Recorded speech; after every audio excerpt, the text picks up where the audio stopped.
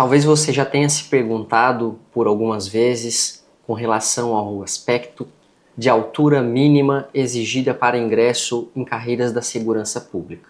Aqui no YouTube mesmo você já deve ter assistido alguns vídeos, nós temos aí alguns advogados, algumas pessoas da área do direito, discutindo essas questões relativas ao ingresso em concurso público e muitas vezes trazendo aí teses que na prática acabam não dando certo. Nós vamos estudar hoje a respeito de um caso concreto que deu certo e mostrar para vocês que existe sim uma possibilidade de aqueles que são um pouquinho mais baixos conseguirem ingressar na carreira da segurança pública. Eu quero primeiro deixar bem claro aqui para vocês que o que nós estamos conversando e vamos falar nesse vídeo é fruto de muita pesquisa e de muito trabalho. Essas pesquisas e esses esforços que nós fazemos para encontrar teses e para mudar o sistema é muito importante. Por que eu digo isso? Você vai ver no decorrer dessa aula que o Brasil ele adota uma postura diferente da Europa e dos Estados Unidos da América. E nós podemos sim aprender muito com a segurança pública tanto na Europa quanto na América do Norte. Eu quero começar essa aula trazendo para vocês aqui uma divergência que nós temos dentro do próprio país. Você pode acompanhar aqui comigo na tela, vai verificar que nas Forças Armadas, tá? Seja o Exército, Marinha, Aeronáutica, nós temos uma altura para homem e outra altura para mulher. Se nós formos comparar essa altura, por exemplo, com a Polícia Militar de São Paulo e a Polícia Militar de Santa Catarina, vamos ver que existe uma incoerência, que eu digo que é uma incoerência lógica. Se afinal o indivíduo precisa ter determinada altura para ser policial militar em São Paulo, por que esse mesmo indivíduo precisa ter uma altura maior para ser policial militar no estado de Santa Catarina? Você concorda comigo que isso não tem lógica nenhuma? A capacidade, nós vamos ver nessa aula, é algo que a pessoa tem ou que não tem. Como pode alguém trabalhar por 4, 5, 6 anos no estado de São Paulo como policial militar e ser reprovado em um concurso para também policial no estado de Santa Catarina, quando essa pessoa demonstrou no decorrer de 5 anos que ela é capaz de realizar as atribuições do cargo? Acompanhe aqui comigo na tela. Vamos iniciar então essa questão da incoerência lógica. Eu trouxe aqui um exemplo fictício, mas depois nós vamos ver que está embasado em um caso concreto, no qual nós teríamos aqui uma candidata, Maria, que tem 1,57 m. Então aqui na tela nós podemos ver que Maria já é policial militar em São Paulo, no qual se exige 1,55 m ou 155 centímetros para ingresso na corporação militar. Maria poderia atuar no Exército, que também exige 1,55 m. Mas ela não é considerada capaz, no estado de Santa Catarina, de ingressar junto à Polícia Militar. A princípio, nós podemos dizer que cada estado cria sua legislação e que ela tem que cumprir os requisitos de ingresso previstos na lei, aqui no exemplo, do estado de Santa Catarina. E essa é a defesa que o judiciário, que a administração pública tem feito ao decorrer de décadas. Ou seja, nós estamos utilizando um aspecto meramente legal, que não é irrelevante, mas que nesse caso atenta contra a primazia da realidade. E o que é a primazia da realidade? Algo bem simples, pessoal. Se você diz para mim, Renan, você não consegue fazer isso aqui com os dedos, e eu estou fazendo, logo é uma inverdade que eu não consigo fazer isso. Se o Estado diz que alguém com 1,57 m é incapaz de ser um policial militar, porque vai colocar a sociedade em risco, porque não vai conseguir fazer a contento as funções do cargo, mas essa pessoa já faz essas mesmas funções, porém em outro estado, ora, verdade isso não é. Concorda comigo? Nós vamos seguir aqui no nosso slide para que você possa verificar essa questão da discrepância entre as legislações estaduais. Aqui na tela nós temos um caso da experiência americana. Nós, obviamente, não estamos nos Estados Unidos e a legislação deles não se aplica a nós. Mas esse caso que eu trouxe é de extrema importância e demonstra o amadurecimento que nós ainda não temos no judiciário brasileiro. Nesse caso aqui do Griggs, que é de 1971, a Suprema Corte Americana se deparou com alguns questionamentos, não relativos à área de concurso público, é verdade, mas relacionados ao ingresso em qualquer emprego. Porque nos Estados Unidos, você deve saber, não existe o sistema de concursos públicos que existe aqui no Brasil. A contratação lá, ela segue um modelo diferente. Porém, a Suprema Corte Americana foi instada a se manifestar em casos nos quais o empregador fazia certas exigências no requisito para determinada vaga e que, na prática, essa exigência acabava sendo discriminatória. Vou dar um exemplo. Imagina que nós estamos ainda aqui falando sobre altura e para trabalhar como um telefonista, lá um telemarketing nos Estados Unidos, determinada empresa exigisse também 1,70 m de altura. Obviamente que latinos e mulheres, isso de acordo com a sociedade americana, com os padrões que eles têm por conta dos indivíduos que lá residem, acabaria excluindo os latinos e também as mulheres. Ou seja, este requisito, que aparentemente era uma exigência do empregador, para esse nosso exemplo de telemarketing, ele acabaria discriminando as mulheres e os latinos. Um caso muito semelhante a esse do Griggs chegou ao conhecimento da Suprema Corte Americana, que decidiu, veja, isso é de extrema importância, quando nós temos um judiciário que atua pautado na realidade e não na ficção. A Suprema Corte decidiu que a exigência para qualquer critério somente seria considerada legítima quando, percebam a diferença, quando houvesse demonstração por parte do empregador e não do empregado de que aqueles requisitos eram necessários. Então o ônus da prova, segundo a Suprema Corte Americana, não é do empregado, é do empregador. Empregador, você está exigindo altura para determinado emprego? Estou exigindo altura. Então me prova que ela é necessária e que sem este requisito o serviço não será bem realizado. E aí inverteu-se a ordem nos Estados Unidos. Veja que essa decisão do caso Griggs e Duck Power é de 1971. Olha o atraso que nós estamos no país. Em decorrência dessa decisão, as corporações policiais americanas tiveram que passar a comprovar que a altura para ingresso nos empregos de policial era necessária. E eles conseguiram fazer isso, pessoal? No próximo slide, eu trago aqui para vocês a resposta. Mas, primeiro nós vamos analisar algumas das alegações que fizeram nos Estados Unidos na década de 70 e que nós bem sabemos ainda são levantadas aqui no país, no Brasil, nos dias atuais. Então, veja o descompasso. Se questionou nos Estados Unidos nos anos 70, portanto nós temos aí mais de 50 anos, e no Brasil estas questões ainda sequer foram respondidas. Questionava-se então nos Estados Unidos que a altura era essencial para o ingresso nas corporações policiais. Por quê? Primeiro, a força estaria relacionada à altura. Renan, isso é verdade ou é mentira? Eu não vou discutir esse aspecto científico. Eu vou discutir a conclusão que lá foi encontrada.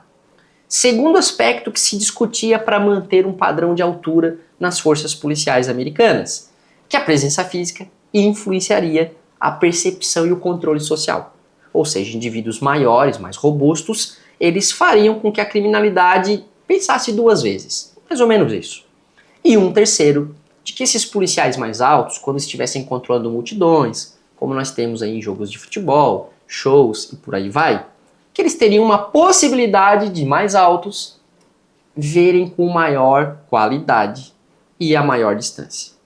Estes eram os argumentos levantados pelos que defendiam um padrão de altura nos Estados Unidos. Mas a gente sabe que aquilo que eu penso, aquilo que você pensa, embora importante para nós, não tem relevância nenhuma no mundo jurídico. Porque o pensamento é próprio de cada um. O que nós precisamos buscar é uma verdade científica quando ela for existente. Neste caso americano, essa verdade científica foi descoberta através, você está acompanhando aí na tela, de algumas pesquisas. Obviamente, essas pesquisas que eu estou citando não são as únicas, mas para fins didáticos eu selecionei essas três, para que vocês possam entender o que aconteceu e por que é que nos Estados Unidos não se exige mais o critério de altura para ingresso nas forças policiais. No meu livro, você vai encontrar muito mais a respeito deste tema, sobre altura em concursos públicos, e vai encontrar outras pesquisas com fontes e citações. Mas o propósito da aula vai servir. Você vai verificar aqui na tela, nós tivemos a fundação de Wisconsin, onde fizeram uma pesquisa com policiais e descobriram que a altura não era relevante. Também temos a polícia de Atlanta, que após diversas pesquisas com os próprios policiais, constatou que não havia evidência que sustentasse um padrão de altura. Mais recentemente, e me parece pelas pesquisas que fiz, que foi a última corporação americana a deixar de exigir o critério de altura, a polícia de Los Angeles, que em 1997, sim, você não ouviu errado, 1997. Portanto, nós estamos muito atrasados. A última corporação americana, em 97, chegou à conclusão que você está vendo aqui traduzida na tela, de que não havia pesquisa naquele departamento ou a nível nacional que demonstrasse que indivíduos mais baixos não conseguiriam realizar as funções de um cargo de policial. Isso que nós estamos citando e falando nesse vídeo é algo relacionado a estudo científico. Então, nos Estados Unidos, você acabou de descobrir que por conta de uma decisão da Suprema Corte Americana, no caso Griggs, em 1971, inverteu-se o ônus probatório. Passou-se a dizer que o empregador seria o responsável por provar que as exigências que ele faz para determinados empregados é necessária para o exercício daquele emprego, daquele trabalho. Por conta disso, as polícias tiveram que fazer prova de que a altura que elas exigiam para os indivíduos candidatos àquele cargo de policial era necessária. Agora veja, se o Estado, que possui dinheiro, que possui condições de contratar pesquisas, que tem os próprios policiais para com eles fazer essa pesquisa, e os dados, as informações que para nós são sigilosas, sabendo se os policiais menores são ou não mais atacados pela bandidagem, se esses policiais menores têm ou não têm algum risco de agravo na atividade. Então o Estado tem essa prova. Isso está em poder dele. E nos Estados Unidos se chegou à conclusão de que já que o Estado tem essas provas, que ele deveria produzir um estudo científico e demonstrar que aquela exigência era sim justificada. Porém, na prática, as corporações, por mais que tenham tentado, e isso você que tiver acesso às pesquisas, e eu coloco isso de uma forma bem clara no meu livro, vai perceber, elas tentaram e tentaram muito. Na década de 70 e 80, todas as corporações americanas fizeram estudos relacionados à altura. E nenhum estudo que eu encontrei se concluiu que a altura era relevante para o exercício da função policial. Mas isso é nos Estados Unidos da América. Se você for dar um Google aí, pesquisar, vai verificar que hoje, nos Estados Unidos, não existe altura mínima para ingresso na função policial, seja em qualquer estado ou condado americano. Eu, pelo menos, não encontrei. Se você encontrou, faça a correção aqui no vídeo, comenta aqui embaixo. E aí, obviamente, nós vamos fazer uma retratação. Mas até onde eu pesquisei e o que eu descobri, não há nos Estados Unidos mais exigência de altura mínima para ingresso na função policial. Mas muito bem, Renan, é muito importante o estudo do direito estrangeiro, que nós chamamos de direito alienígena, mas nós temos que nos concentrar no que acontece no país. Por isso nós vamos seguir na nossa aula.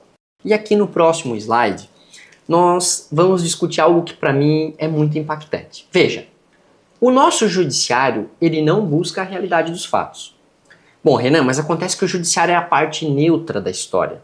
E por isso ele simplesmente vai escutar o que diz uma parte, vai escutar o que diz a outra parte e vai dar uma decisão baseada na lei. Então o nosso judiciário, obviamente, não vai buscar a verdade dos fatos, ele vai buscar o que está presente nos autos. Não é bem assim. Você que não atua com o direito, ou você que atua com o direito, precisa saber que o nosso sistema judiciário, ele é muito engessado. Veja, nós temos aqui no país uma possibilidade de que o juiz ele decida de acordo com o seu livre convencimento. O que eu não concordo, não defendo isso em absoluto, porque o juiz ele pode contrariar as provas postas no processo simplesmente porque ele não está convencido. Qual é a diferença da opinião do juiz e qual é a diferença da opinião da sua mãe ou do tio que está lá no bar na esquina? Nenhuma. Opinião é opinião. Eu quero saber é de provas. Se eu consigo provar que eu tenho aptidão para exercer o cargo, ainda que a minha altura seja menor, logo há um desvio de finalidade da lei, porque ela não está buscando o que é melhor para a sociedade. Ela está restringindo acesso ao cargo, ao emprego público, com uma ficção, criada pelo legislador e respaldada pelo Poder Judiciário. Simplesmente porque o juiz está convencido de que está correto, de que, como diz o tema do Supremo Tribunal Federal, é razoável. É razoável exigir determinada altura para ingresso neste ou naquele cargo. Por isso, nesse slide aqui, eu admoesto que o nosso judiciário não busca a verdade dos fatos. Nessa aula, para não ficar muito longa, eu acabei não expandindo aqui a respeito do requisito de altura na Europa, mas eu abordo isso no meu livro lá com muita propriedade.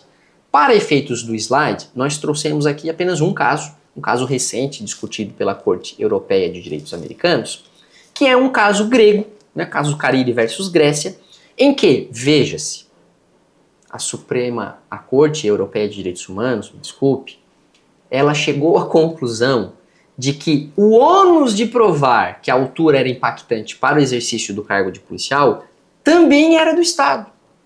E reformou uma decisão da Corte grega que exigia uma altura de 1,70 m para ingresso no cargo de policial. Por que houve isso? Isso aqui eu vou ler, vou acompanhar com você junto na tela, porque eu fiz realmente aqui a tradução. Disse-se isso na Corte Europeia de Direitos Americanos. A aptidão física não está ligada à posse de uma estatura física mínima. Não há provas de que as pessoas de estatura inferior estejam desprovidas desta aptidão. Então veja, acompanhando o que acontece ao redor do mundo. Nos Estados Unidos, desde 1971, seguiram-se estudos em cima de uma decisão, no caso Griggs, nos Estados Unidos, que fez com que o Estado passasse a demonstrar, através de pesquisas, que o requisito de altura, dentre outros, né, que a gente está falando especificamente de altura, mas isso refletiu em outros aspectos também, para que demonstrasse que isso era necessário para o exercício, para o ingresso de determinado cidadão, indivíduo, naquele cargo policial. No Brasil, como é que funciona? No Brasil, o ônus é seu, amigo. Então, se o Estado diz que você é cego, você tem que provar que não é cego. Se o Estado diz que você com 1,59 m, por exemplo, não pode ser policial em Santa Catarina, que exige 1,65 m, o ônus de provar que consegue é seu. Mas como, Renan, eu provo que sou capaz de fazer as funções do cargo se não me deixam fazer as funções do cargo? Esse é o ponto. Não prova. E aí vai perder o seu processo porque você não provou que é capaz. Mas ninguém lhe permitiu provar que era capaz. Esse é um judiciário que busca a verdade dos fatos? Me parece que não. Porém, nem tudo está perdido. Nós temos que verificar que, quando uma porta se fecha, nós não podemos parar, sentar e chorar. Nós temos que buscar alternativas. E foi isso o que eu consegui fazer em um caso específico, que está servindo para o propósito desta aula. Veja, nós temos aqui uma tese que eu criei, no sentido de que nós temos requisitos de habilitação técnica e requisitos de capacidade. No slide aqui eu tentei ser o mais simples possível e coloquei um exemplo ali embaixo, você pode verificar, no qual eu tento trazer essa discrepância, essa divergência entre um requisito e o outro. Então eu trouxe aqui para você o exemplo, ó, tá aqui na tela, de escolaridade. Escolaridade é um requisito de capacidade ou é um requisito de habilitação técnica? Eu posso dizer que alguém sem OAB e sem bacharelado em direito não pode ser um advogado. Concordo, está previsto em lei, então essa pessoa não tem a habilitação técnica necessária para o exercício daquela profissão. Mas eu não posso afirmar que uma pessoa que não tenha bacharelado em direito e que não tenha OAB, de que ela não é capaz de ser um advogado. Concorda comigo? Porque assim que ela se habilitar tecnicamente, ela será capaz de exercer aquela profissão. Agora, eu não posso falar o contrário. Quando eu digo que João não pode ser policial porque ele não tem 1,60 m, sendo que ele tem, nesse exemplo que estou criando, 1,58 m, quando eu digo que ele não é capaz, significa que jamais ele poderá exercer aquelas atribuições daquele cargo a contento, independentemente do que ele vier a fazer. Até porque nós não crescemos mais.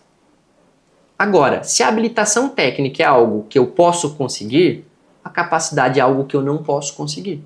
Porque ou eu sou capaz, o que seria um binário, ou eu sou incapaz. Por isso, dentro da tese que criei, os requisitos de capacidade para ingresso nas forças policiais, veja, de capacidade, eles não podem ser distintos. Um Estado, é verdade, pode exigir nível superior de ensino para ingresso numa polícia civil, numa polícia penal. Pode. O legislador entendeu que uma pessoa com maior instrução seria mais culta, teria uma habilidade melhor de lidar com determinada carreira, e tudo bem, o legislador colocou isso na lei, vamos cumprir a lei, porque é um requisito de habilitação técnica. Mas, veja-se, se o legislador diz que em Santa Catarina eu preciso de uma mulher com 1,60 m e um homem com 1,65 m, eu questiono você.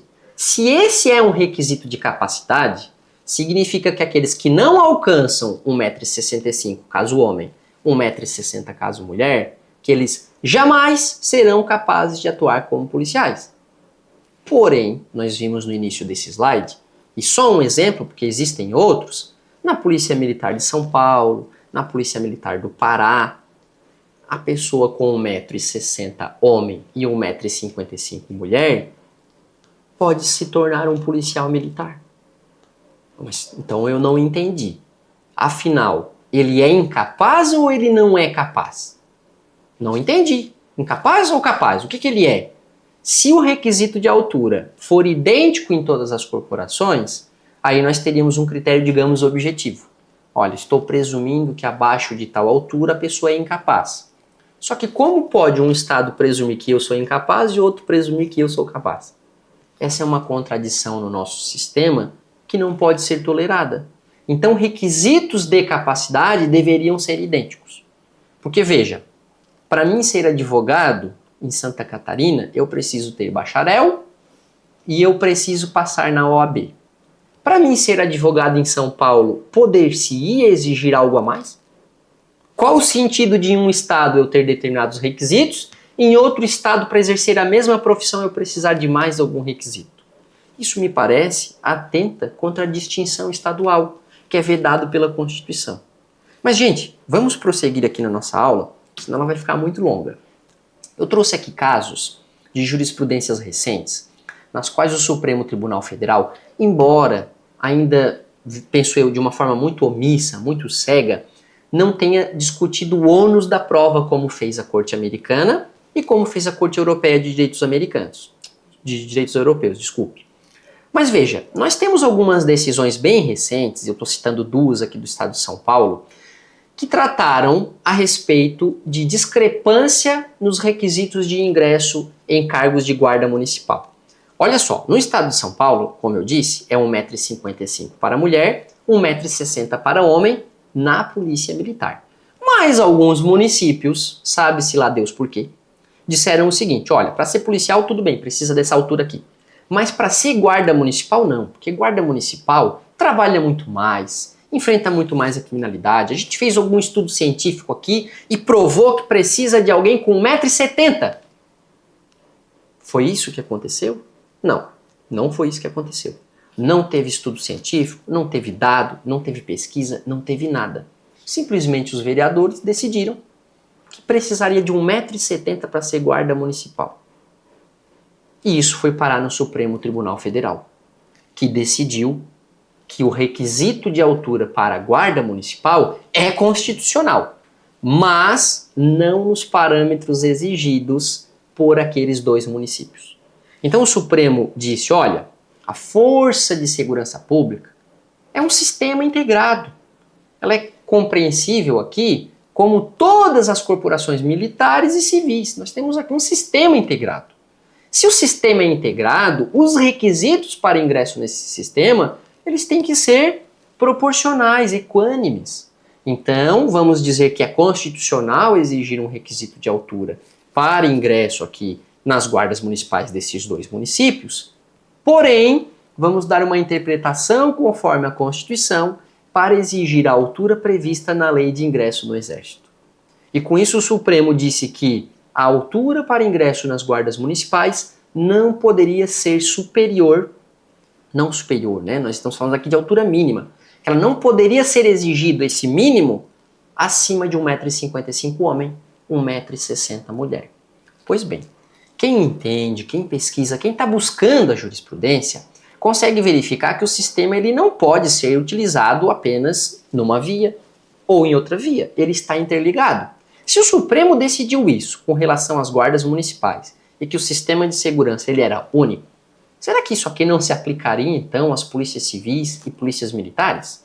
Foi o que eu entendi e por isso, você vai ver aqui no próximo slide, que nós temos um caso em concreto, aqui estou chamando ficticiamente a pessoa de Maria, em que ela poderia participar do Exército, Polícia Penal, Polícia Civil, Guarda Civil, ela poderia participar de tudo, inclusive integrar a Força Nacional, Força de Segurança Nacional, que é meio que uma elite que nós temos das polícias dos estados e da União. Mas veja, em Santa Catarina, Maria não é considerada capaz. Então ela poderia ser uma heroína condecorada de guerra, poderia fazer o que ela quisesse, poderia aparecer Jesus Cristo aqui na nossa frente e dizer Maria é capaz. E o nosso judiciário, e o nosso legislador, e a nossa administração pública diria, não, ela não é capaz não. Não importa que ela trabalhe há 5 anos em São Paulo, não importa que serviu o Exército, não importa que ela tenha aprendido um monte de bandidagem, não importa nada disso, porque eu não estou vendo. Não estou vendo nada disso. A lei diz que ela tem que ter 1,60 m, então ela é incapaz e eu não quero ser convencido do contrário. Este sou eu, o judiciário, o juiz, entendendo que a lei tem que ser cumprida e não importa se a lei condiz ou não com a realidade. Isso foi o que nós obtivemos num primeiro grau. Porém, você vai verificar aqui, e eu estou trazendo essa discussão, ela é capaz ou ela não é capaz? Essa questão precisa ser respondida ou ela não precisa ser respondida? Nós ainda estamos buscando a verdade ou nós vamos permitir que a ficção jurídica engula a realidade? E foi este argumento, dentre outros, que levou o Tribunal de Justiça de Santa Catarina a reformar esse entendimento de um juiz de primeiro grau e a conferir uma interpretação conforme a Constituição, a legislação estadual, citando aqui as jurisprudências do Supremo Tribunal Federal, para concluir que a legislação catarinense extrapola o previsto na Constituição, na medida em que exige uma altura superior ao ingresso nas Forças Armadas. Então entendeu-se aqui que uma candidata com 1,57 m, que ela sim é capaz de ingressar no cargo de policial militar no estado de Santa Catarina, porque a legislação de ingresso no Exército exige uma altura menor. Aí você vai reparar aqui comigo que essa decisão, que eu já vou mostrar aqui para vocês na tela, é uma decisão que se aplica unicamente àquela candidata, porque ela ingressou com uma ação no Poder Judiciário. Então muitas pessoas que estão assistindo esse vídeo talvez vão comentar aqui embaixo, vão mandar dúvidas, vão nos questionar. Bom, essa decisão se aplica a mim? E infelizmente não se aplica. Por quê? O nosso sistema de precedentes, ele diz que se uma decisão tem caráter vinculante, os juízes vão ter que seguir aquela decisão. Porém, a nossa decisão aqui em Santa Catarina, ela não tem caráter vinculante. Embora ela tenha sido prolatada pela primeira Câmara de Direito Público do Tribunal, nós temos outras 4 turmas que também decidem essa matéria. E nós não sabemos o entendimento desses nossos juízes. Pode ser que eles concordem com a primeira turma, pode ser que eles discordem da primeira turma. Agora, no caso concreto, o tribunal, por uma turma, decidiu que essa cliente, que essa candidata, era sim considerada capaz quando a legislação fosse interpretada em harmonia com o ordenamento jurídico como um todo. Ou seja, O juiz que conhece apenas a lei não conhece nada. Aquele que conhece apenas uma parte do direito também não conhece nada, porque o sistema é interligado. Já imaginou um médico que só estudasse determinada parte do corpo humano e não soubesse como funciona o restante? Então talvez quando ele te preceituasse ali um remédio, ou quando ele fosse fazer uma cirurgia ou qualquer coisa do tipo, ele acabasse te matando na cirurgia. Porque embora ele seja especializado numa parte do corpo, ele não sabe como funciona o resto. E esse é o grande problema que nós temos enfrentado no judiciário brasileiro. Porque embora o juiz ache, e aqui eu digo em tom crítico, o juiz acha que entende de lei, muitas vezes ele não só não entende da lei, como não entende da Constituição. Porque as legislações, e isso já está superado há muito tempo, elas não são aplicáveis quando incompatíveis com a Constituição. A lei é o que regula o comportamento da sociedade e disciplina a convivência social. Mas eu pergunto, a lei pode ser utilizada com fundamento e objetivo discriminatório? Porque se alguém é capaz de exercer determinado trabalho, mas eu, por uma presunção legal, digo que não é capaz, eu estou, em última ratio, discriminando esse indivíduo, impedindo ele de ser feliz, de alcançar a dignidade que a Constituição preceitua e de fazer, inclusive, prova de que ele é capaz. Você já viu em alguma decisão judicial um juiz determinar que o indivíduo com uma altura menor ingresse no cargo público e que durante o estágio probatório ele seja aferido pela própria corporação para demonstrar se ele é ou não é capaz? Nunca vi isso. Não existe essa preocupação do judiciário em fazer justiça. Existe uma preocupação em cumprir a lei.